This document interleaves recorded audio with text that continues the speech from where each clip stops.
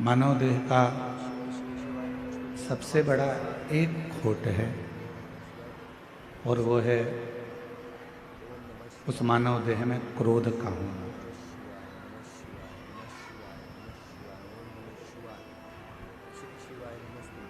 क्यों? मनुष्य भजन कर लेता है, सत्संग कर लेता है, संकीर्तन कर लेता है, भगवत स्मरण कर लेता है, भगवत नाम जप लेता है, पर अपने क्रोध पर संयम नहीं कर पाता।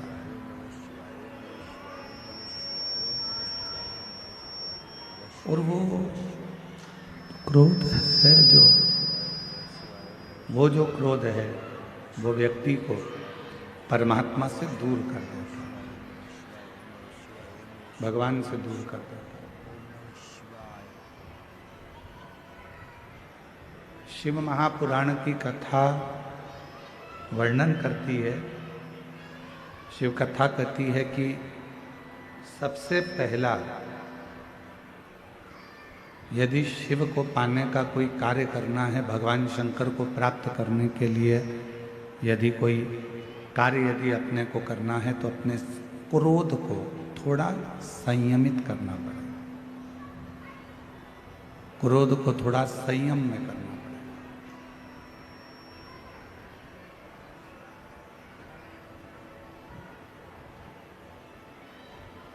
भगवान श्री राम जी की भक्ति करो, चाहे भगवान श्री कृष्ण जी की भक्ति करो या माँ आद्यशक्ति दुर्गा भवानी की भक्ति करो,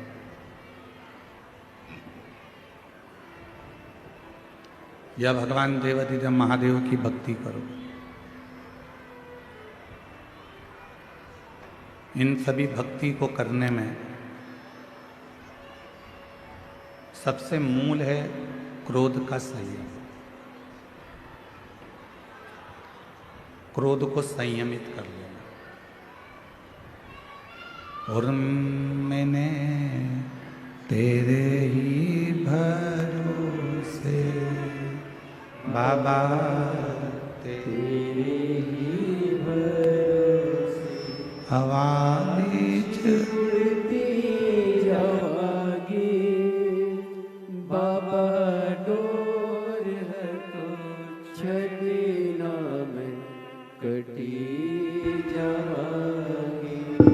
भोले मैं तेरी कथा, शंभू मैं तेरी कथा, हवा बीच उड़ती जावांगी, बाबा डोर है तो छड़ी नाम कटी जावांगी। भोले मैं तेरी पतन। एक क्रोध और उस क्रोध का संयमित होना बहुत जरूरी है भगवान की भक्ति को प्राप्त करने के लिए। मेरे भगवान श्री राम जी को प्राप्त करना है, भगवान श्री कृष्ण जी को प्राप्त करना है, भगवान शंकर जी को प्राप्त करना है, भगवान देवाधिदेव महादेव को प्राप्त करना है, तो उसमें मूल है आपके क्रोध को थोड़ा संयमित रखें। दक्ष प्रजापति के घर में, दक्ष प्रजापति के घर में मां सती का जन्म हुआ। दक्ष प्रजापति के घर में मां सती का प्रागट्य हुआ।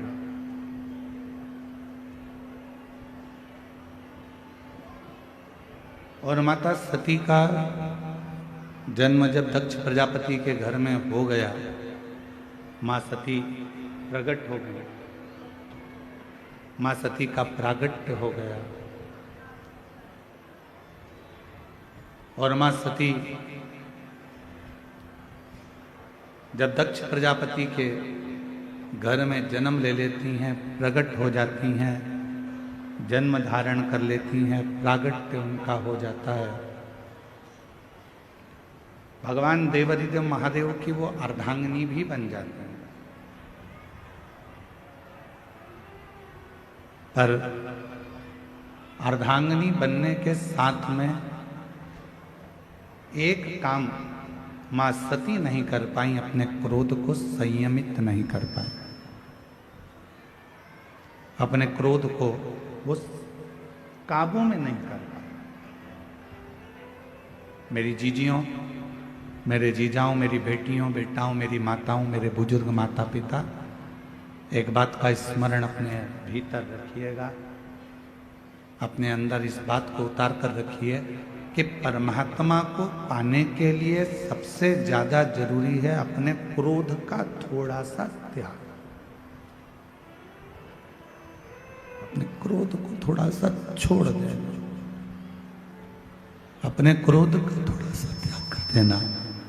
शंभो शंभो शंभो शंभो शंभो शंभो शंभो शंभो। अपने क्रोध को थोड़ा सा दूर कर दें। अब अपन सोचें कि क्रोध दूर कैसे होगा, क्रोध को हम दूर कैसे रख सकते। क्रोध समाप्त नहीं होगा। आप सोचो कि क्रोध समाप्त हो जाए तो क्रोध समाप्त नहीं होगा।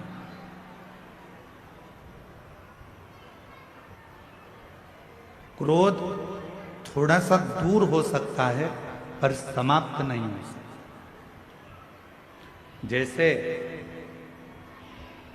चूल्हे के अंदर थोड़ी सी चिंगारी रहती है, वो कब आग बन जाती है मालूम नहीं पड़ पाता। चूल्हे के अंदर थोड़ी सी चिंगारी रहती है, वो कब अग्नि का रूप रख लेती है, कब बड़े अग्नि का स्वरूप धारण कर लेती है, पता नहीं चलता। उसी तरह जब हमारे भीतर थोड़ा सा क्रोध होता है, थोड़ा सा गुस्सा होता है, क्रोध होता है, तो वो एक न एक दिन प्रगट में बहुत बड़ी अग्नि का रूप रख लेता है और बहुत अग्नि का रूप रखकर समाप्त कर देता है। वो सब कुछ समाप्त कर देता है।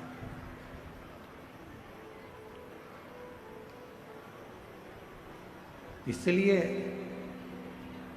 मां सती का जो मां सती का जो चरित्र है, माता सती की जो कथा है, मां सती की जो कथा चल रही है, शंभु शंभु शंभु शंभु शंभु शंभु शंभु शंभु शंभु शंभु शंभु शंभु शंभु। मां सती की जो कथा है,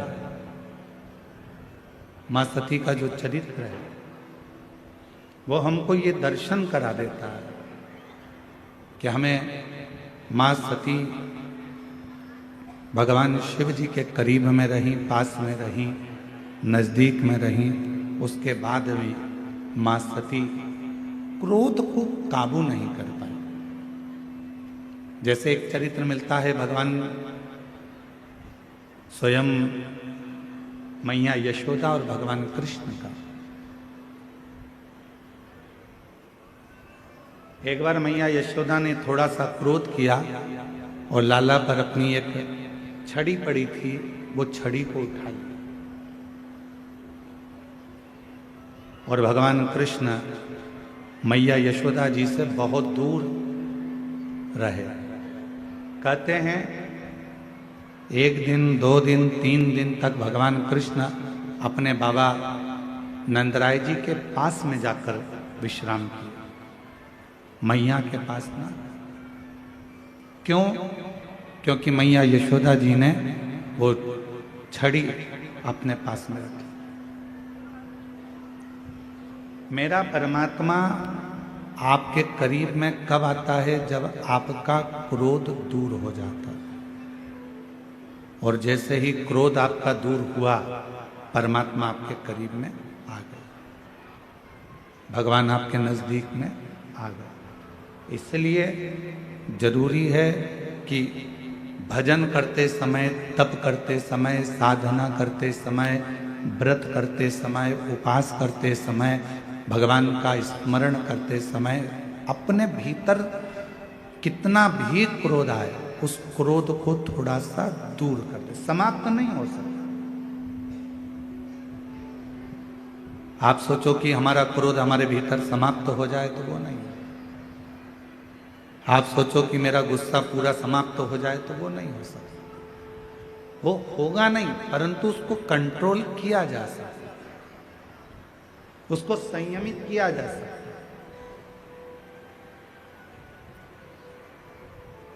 और भोला सब दुख काटो ओ भोला सब दुख काटो। शिव शंकर जपो तेरी माला, भोले बाबा जपो तेरी माला, भोला सब दुख काटो ओ भोला सब दुख काटो। तो क्रोध करना जरूरी है। क्रोध को अपनी ओर संयमित करे।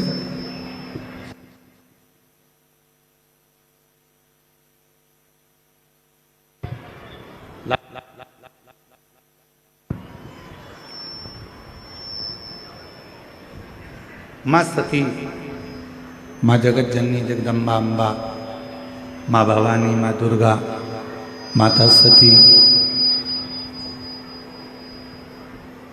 जब मंगल विवाह माता सती का हुआ और सती जी का विवाह होने के बाद भगवान शिव माँ सती को नंदी पर बिठाकर कुंभज बाबा के आश्रम में कथा श्रवण कराने के लिए लेकर जा। थोड़ा ध्यान दीजिएगा कथा पर।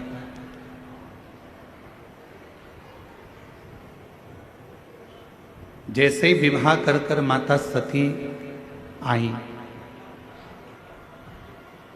और भगवान देवाधिदेव महादेव ने, भगवान शंकर जी ने, ओघड़दानी ने, भगवान शंभू ने, त्रिकालदर्शी कैलाशी अविनाशी भगवान शिव ने माँ सती से कह दिया कि आपको कुंभज बाबा के आश्रम में हमारे साथ चलना है, अगस्त ऋषि के आश्रम में जाना है, आपको हमारे साथ कुंभज बाबा के आश्रम में चलना। सती मैया ने कहा ठीक है, अगर आप कहते हो कि कुंभज ऋषि के आश्रम में जाना है, भगवान अगस्त ऋषि के आश्रम में जाना है, तो हम चलेंगे, उसमें क्या। पर पूछा कि कुंभज बाबा के यहाँ जाने का कारण क्या है, क्यों, किस लिए।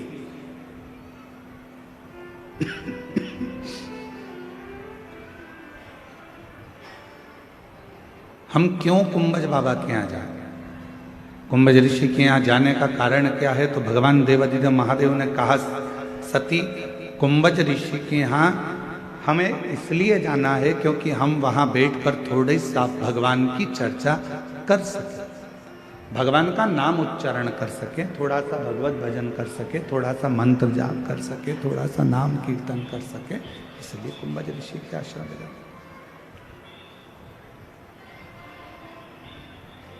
सती मैया ने सुन लिया और सुनने के बाद मां सती दिन भर विचार करती रही कि कुंभज बाबा के आश्रम में सत्संग करने जाना है या कथा सुनने के लिए जाना है या भगवत नाम की चर्चा करने के लिए जाना है, तो आखिर ऐसा क्या कि मैं शादी कर आई, विवाह कर आई और मेरी शादी हुई और मुझे कुंभज ऋषि के आश्रम में लेकर बाबा जा रहे हैं, वो भी कथा सुनाने के लिए। आपके यहाँ पर ऐसी रीति है कि नहीं हमको नहीं मालूम, छत्तीसगढ़ का, और हमारे मध्य प्रदेश में एक नियम है, और मध्य प्रदेश में भी हमारे मालवा में एक नियम है कि जब घर में बहू आती है तो बहू आने के बाद में घर में सत्यनारायण भगवान की कथा होती है। जितेंद्र जी, आपके इधर भी ऐसा होता होगा, चलता है इधर भी ऐसा? साधुता है फिर तो आनंद है, शिव कृपा। तो हमारे यहाँ एक ऐसा नियम है हमारे मालवा क्षेत्र का, मध्य प्रदेश का, कि जब विवाह हो जाता है, घर में बहू आ जाती है, तो घर में सत्यनारायण की कथा होती है। अब किसी ने पूछा कि गुरुजी, ये सत्यनारायण भगवान की कथा का क्रम कहाँ से चालू हुआ? तो हम उनको कहते हैं कि भगवान शंकर जी विवाह कर आए थे माता सती के साथ, और वो भी कथा सुनने के लिए गए थे। इसलिए उस दिन से नियम चालू हुआ कि जब घर में मंगल कोई कार्य होता है तो भगवान की कथा जरूर हो, भगवान की कथा जरूर।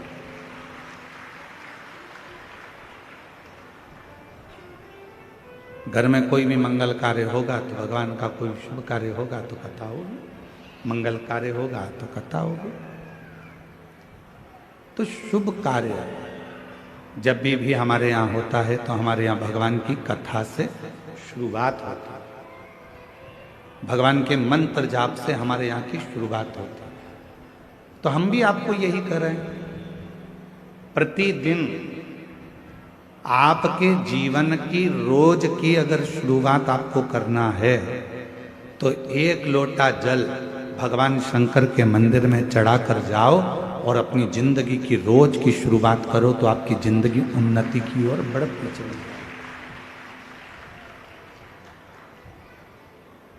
प्रतिदिन का एक नियम बनाओ कि मुझे भगवान देवाधिदेव महादेव पर एक लोटा जल समर्पित करना है।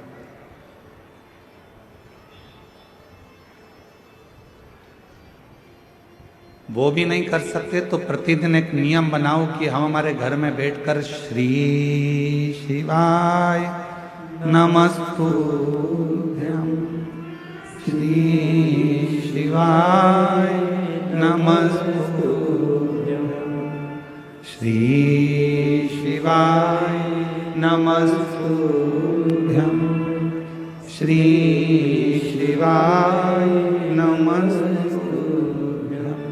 अगर बन सके तो एक नियम कोई सा भी धारण कर लो कि हम शिव के मंदिर जाएंगे, जल चढ़ाएंगे, श्री शिवाय नमस्तुभ्यम का जप करेंगे, भगवत नाम का कीर्तन करेंगे, मंत्र जाप करेंगे, या भगवान के मंदिर में जब समय मिल जाएगा तो हम झाड़ू लगा लेंगे, थोड़ी सी पोछा लगा लेंगे, थोड़ी सफाई कर लेंगे। ऐसा नियम अपने जीवन में बनाओ। ऐसा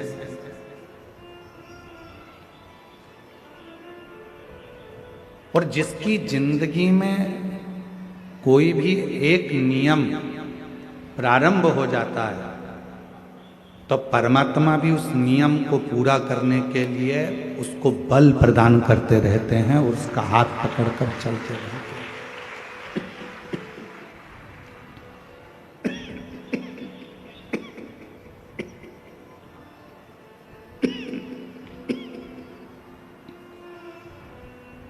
भगवान भी उसका हाथ पकड़कर उसको बल प्रदान करते हैं और उसको साथ लेकर चलते हैं। कोई एक नियम अपनी जिंदगी में बनाए, कोई एक। माता पिता को चाहे प्रणाम करने का नियम हो, गौ माता को चाहे एक रोटी देने का नियम हो, चाहे तुलसी जी की परिक्रमा का नियम हो, चाहे बेलपत्र के पूजन का नियम हो, चाहे शिव जी के मंदिर में झाड़ू पोछे का नियम हो, चाहे भगवान शंकर के मंत्र जाप का नियम हो, चाहे एक लोटा जल का नियम हो, कोई भी एक नियम हम जब बनाएंगे तो उसको पूर्ण हमारा देवाधिदेव महादेव करेगा, भगवान शंकर करेगा। उस नियम को बनाना हमको पड़ेगा, पूर्ण करेगा देवाधिदेव महादेव। पशुपति व्रत आप करते हो, नियम आप लेते हो, पूर्ण कौन करता है? भगवान देवाधिदेव। 16 सोमवार का व्रत आप करते हो, 16 सोमवार के व्रत का नियम आप लेते हो, पूर्ण कौन करता है? देवादिदेव महादेव। नवरात्रे का व्रत आप करते हो, नवरात्रे में देवी जी की आराधना आप करते हो, पूर्ण कौन करता है? देवादिदेव महादेव। शिव महापुराण के उमा संहिता में वर्णन आता है कि जितने व्रत, जितनी साधना, जितने नियम पृथ्वी पर रहने वाला मनुष्य जब करता है तो उन व्रतों को पूर्ण करने का बल स्वयं देव अधिदेव महादेव देते हैं और उस व्रत को पूर्ण करवा देते हैं।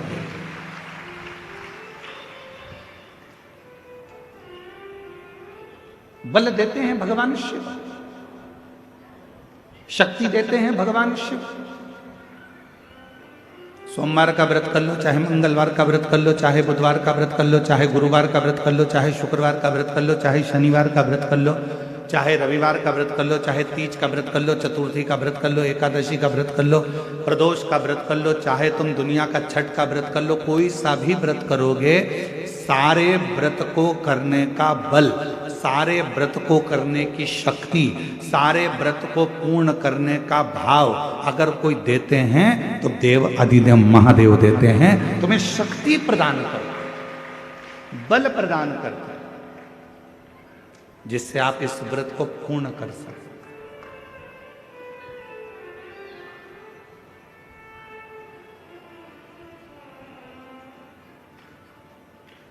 और वो शक्ति कोई दूसरी जगह से नहीं मिलेगी, वो शक्ति मिलेगी आपको एक लोटे जल से, वो शक्ति मिलेगी आपको भगवान शंकर की अविरल भक्ति से, वो शक्ति मिलेगी आपको भगवान के भजन से, भगवान के मंत्र जाप से, भगवान के स्मरण से।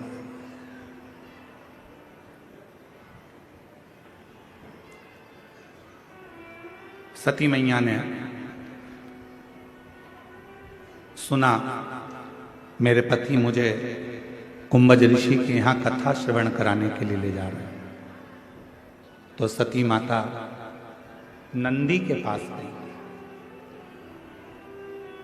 और नंदी के पास जाकर मां सती बैठ गई।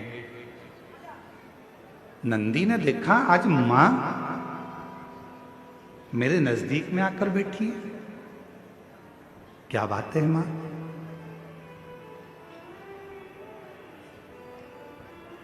आज मां सती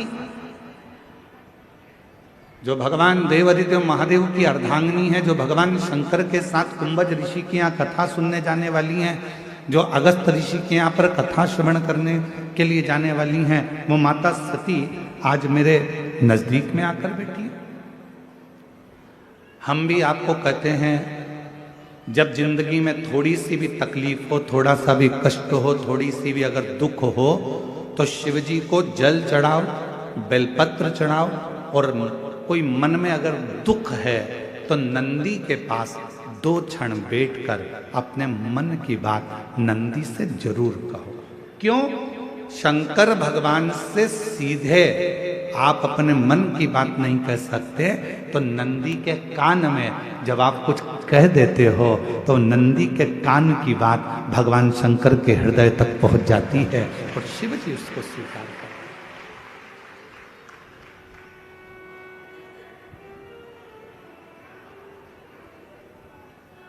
भगवान देव अधिदेव महादेव उसको स्वीकार करते, भगवान शंकर उसको स्वीकार करते।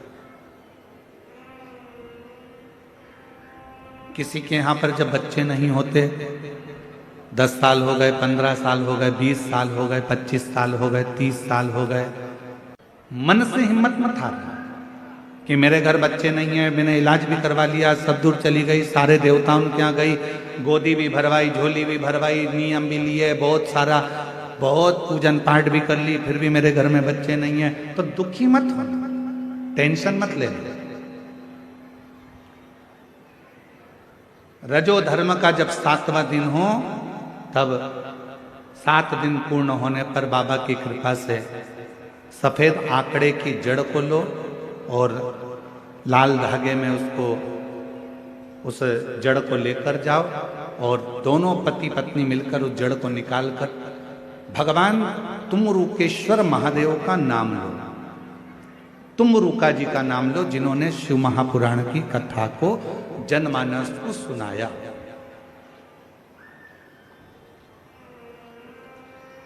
तुम रुकेश्वर महादेव का नाम लेकर, तुम रुके जी का नाम लेकर 21 बार भगवान शिवलिंग के आसपास में से भ्रमण कराकर नंदी के पास खड़े होकर बाबा को प्रार्थना कर कर वो सफेद आंकड़े की जड़ को अपनी कमर में लाल धागे में उसको बांधो। शिव कृपा करे। पर कब बांधना? जब तुम्हारा पूरा भरोसा शंकर जी पर हो जाए, तुम्हारा पूरा भरोसा हो जाए कि मेरा महादेव मुझे संतान देगा, मेरा महादेव मेरी झोली भरेगा, अब मैं भटकूंगी नहीं। मेरा भरोसा कहता है कि मेरा शंकर भगवान मेरी सूनी गोद को भरेगा। जिस समय पर तुम पूरा भरोसा कर लो, तब देवाधिदेव महादेव के मंदिर जाना प्रारंभ करो, तब उस जड़ का प्रयोग करना प्रारंभ।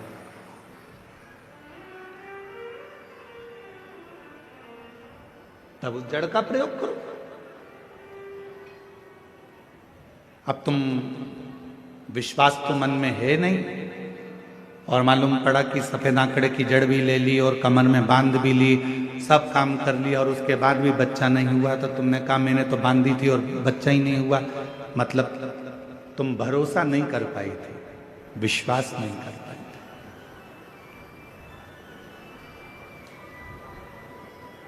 यदि तुम्हारा भरोसा होता,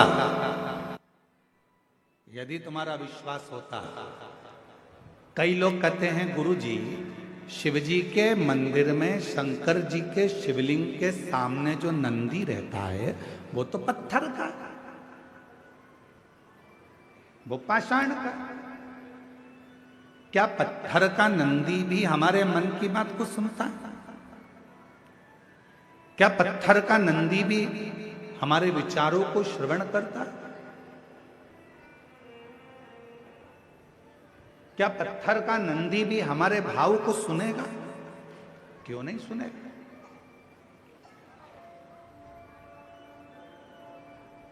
साचो प्रेम प्रभु में हो तो मूरत बोले काट की। आप लोगों ने कथा सुनी होगी मां कर्मा जी की। मां कर्मा भाई वो कथा वर्णन करती है कि कर्माबाई का भगवान के प्रति इतना प्रेम हो गया था कि लकड़ी की मूर्ति में से जगन्नाथ प्रकट होकर कर्माबाई के खिचड़े को खाना प्रारंभ कर दिया। कर्माबाई के खिचड़े को खाना।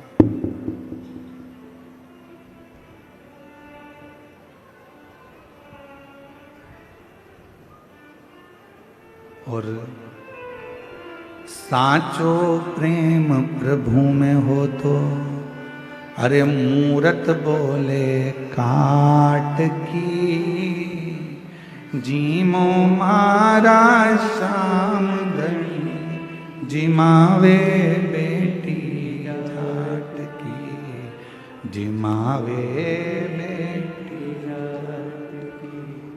थाली भर कर लाई ऊपर की बाट की, जीमो मारा श्याम धनी, जिमावे बेटी जात की, जिमावे बेटी जात। कर्माबाई का प्रेम कितना पक्का था कि काट की मूर्ति में से भगवान प्रकट होकर प्रसाद खा लेते।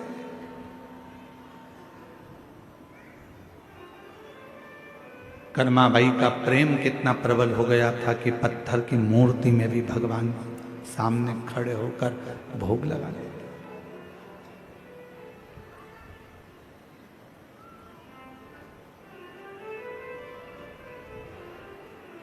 बार बार मंदिर में चढ़ती, बार बार पट खोलती, और कैया कोणी जी मेरे मोहन, कड़ली कड़ली बोलती। तू जी मैं तो जद में जीऊं, तू जी मैं तो जद में जीऊं, मानू ना इस लाट की। जी मोह मारा श्याम धनी, जी मावे बेटी जाट की। जी मावे बेटी जाट की। बस वो भक्ति, वो विश्वास जब प्रबल होता है तो परमात्मा सुनता जरूर है। एक पत्र आया है, उस पत्र में एक बहन जी ने लिखा है कि मैं आपको बिल्कुल नहीं मानती थी। क्यों नहीं मानती थी उसका एक कारण भी है कि मैंने बहुत सारे महाराज देखे, सारी दुनिया के बाबाओं के पास चली गई, प्रणाम किया, गोदी भरवाई, पर मेरे घर औलाद नहीं। 1 साल, 2 साल, 3 साल, 4 साल, 5 साल, 6 साल, 7 साल, 8 साल, 9 साल, 10 साल, 11 साल, 12 साल, 13 साल, 14 साल, 15 साल, 16 साल, 17 साल, 18 साल निकाल दिए, पर मेरे घर में औलाद नहीं। 18 साल निकाले। अब गुरुजी, किसी बहन जी ने कहा कि आपकी कथा आती है, तो मैं तो आपको भी ऐसे ही समझती थी कि महाराज लोग अपनी अपनी कहीं ना कहीं किसी ना किसी क्रम में लगे रहते हैं, कोई उनकी बात पक्की हो सकती है। पत्र आया, उस पत्र में लिखेश्वरी महावीर, पति श्री पेखन महावीर, जिला कोंडागांव, सरगीपाल के निवासी हैं। कहीं बैठी हो तो हाथ हिला सकती हैं। सरगीपाल। मेरा नाम खिलेश्वरी महावीर, पति श्री पेखन महावीर, जिला कोंडागांव, सरगीपाल की निवासी हूँ। कहीं बैठी हो तो हाथ हिला सकती हैं। आप ही हैं? ठीक है, आ जाइए। बच्चे को भी लिया। गुरुदेव, ऐसा कोई डॉक्टर नहीं छोड़ा, ऐसा कोई स्थान नहीं छोड़ा जहां हमने दिखाया ना हो। हिम्मत हार चुके थे। एक बहन जी ने आपके बारे में बताया, आप पर भरोसा नहीं था। क्या सफेद आंकड़े की जड़ बांध लेने से क्या बच्चा हो सकता? नंदी के पास खड़े होकर बोलने से क्या बच्चा हो सकता? फिर भी मेरे पति बोले कि एक बार वो सियोर वाला बाबा कहता है तो उस पर भरोसा कर कर बांधने में क्या जाता है। हमने सफेद आंकड़े की जड़ को बांधा और पशुपतिनाथ का व्रत किया, पंडाल में बैठकर कथा श्रवण करी, वहां की मिट्टी को पेट पर लगाया और बाबा की कृपा से मेरा गर्भ ठहरा। और 18 साल के बाद 1 मई 2025 को मेरे घर में संतान की प्राप्ति। 18 साल के बाद, 18 वर्ष के बाद मेरे घर में औलाद हुई है।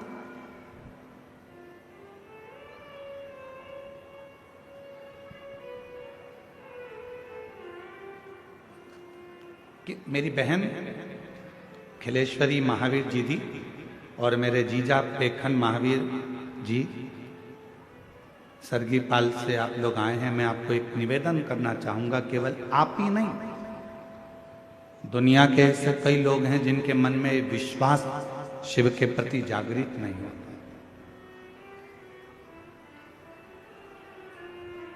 क्या ऐसा हो सकता है? क्या मुझे ये प्राप्ति हो सकती है? क्या पत्थर का नांदिया, पत्थर का नंदी हमारे दिल की बात सुनकर क्या महादेव को कह सकता है? क्यों नहीं? मानो तो मैं गंगा मां हूं और ना मानो तो बहता। आप मानो तो गंगा जी और ना मानो तो बहता हुआ पानी है। आपने विश्वास कर लिया।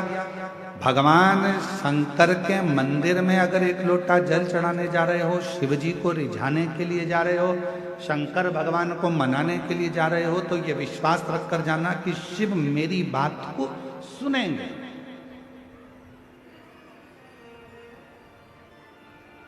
ओघड़दानी भगवान शंकर मेरे विश्वास पर, मेरे भरोसे पर दड़ी रहे। और मेरा बाबा मेरी झोली भरेगा।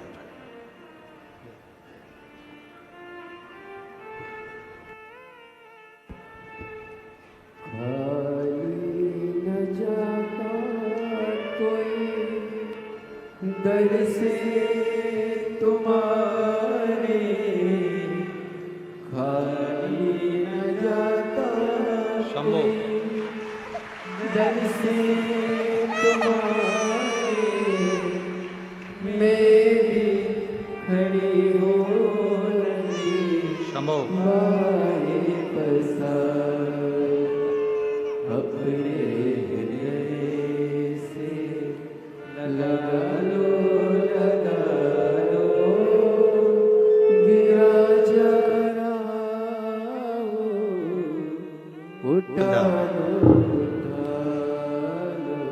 आंसू पोछो पहले, अच्छे खुश होकर जाओ। अब तो बाबा ने दे दिया। अब तो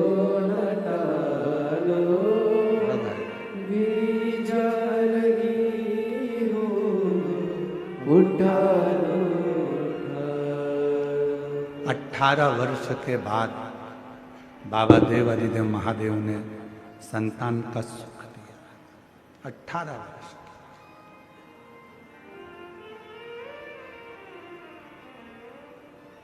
वो लिख रही हैं कि मेरा विश्वास नहीं था क्योंकि मैंने सब दूर जाकर देख लिया। ऐसा कोई नहीं है जिसके दरवाजे पर मैं गई नहीं, सब दूर।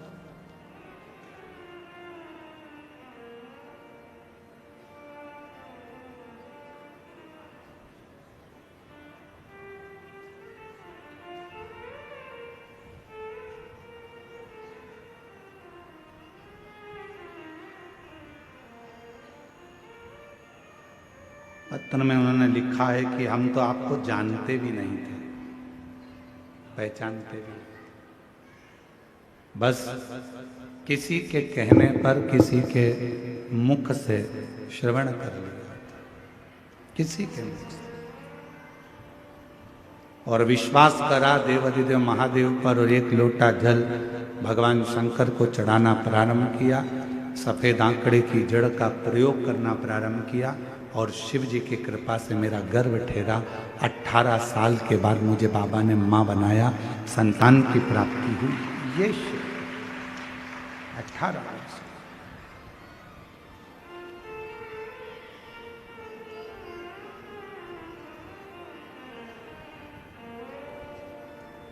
मां आद्यशक्ति माता सती नंदी के पास जाकर बैठी है। क्यों? आप सबके स्मरण में रहना चाहिए कि मां पार्वती जी ने घोर तप किया था। इतना तप माता पार्वती जी ने करा, इतना तप मां पार्वती जी ने करा। तप करते करते माता पार्वती जी जब आखिरी में ऐसा लगने लगा कि शिव नहीं सुन रहे हैं, तब पार्वती जी ने नंदी, एक पार्थिव का नंदी बनाकर, शिव जी के साथ पार्थिव का नंदी बनाकर पूजन करी और नंदी से प्रार्थना करी, तो वो प्रार्थना शिव के दिल तक, हृदय तक पहुंचा।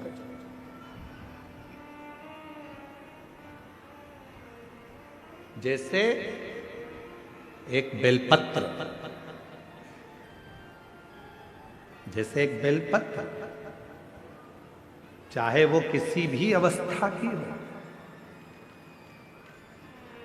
चाहे उस बेलपत्र का ये पत्ता आधा टूट गया हो, चाहे वो बेलपत्र का एक पत्ता भी पूरा टूट गया हो, चाहे वो बेलपत्र 2 पत्र की हो गई हो, चाहे वो बेलपत्र को कीड़ा खा गया हो, चाहे वो बेलपत्र खंडित हो गई हो, चाहे वो बेलपत्र किसी भी तरह की हो गई हो, चाहे वो बेलपत्र शंकर जी पे चढ़ी क्यों ना हो, चाहे वो बेलपत्र एक किताब में रखकर सूख गई हो, चाहे वो बेलपत्र के टुकड़े टुकड़े हो गए हो, चूरा चूरा हो गया हो, तो भी वो बेलपत्र मेरे शंकर भगवान स्वीकार कर लेते हैं।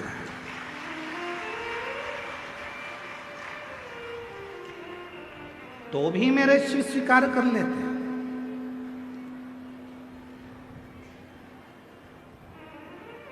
कभी अगर मौका लगेगा तो हम अपनी जिस गाड़ी से हम लोग आते जाते रहते हैं, उस गाड़ी में हम लोग एक किताब रखते हैं शिव जी की, वो एक किताब रखते हैं। उस किताब में बेलपत्र को, ऐसे बेलपत्र को हम लोग रख लेते हैं।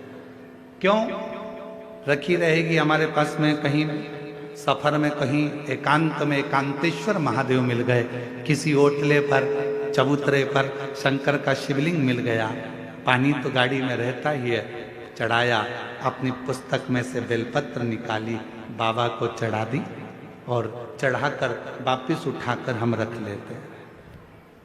फिर आगे गए, फिर कोई एकांतेश्वर महादेव मिल गए, चढ़ा दिया, बेलपत्र निकाली, बाबा को चढ़ा दिया, स्वीकार कर लिया।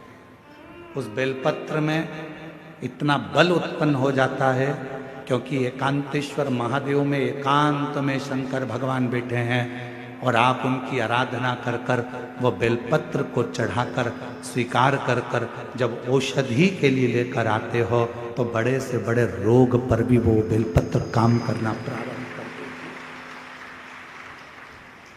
वो बेलपत्र, अब कई माताएं यहाँ पर आती हैं, कई माताएं हमारे पास में यहाँ पर आती हैं, जिनका नाम हम पुकारते हैं वो आती हैं, हम बेलपत्र देते हैं तो किसी किसी की बेलपत्र टूटी हुई रहती है, खंडित रहती है, तो माता कहती है तो खंडित है गुरुजी, दूसरी दे दो।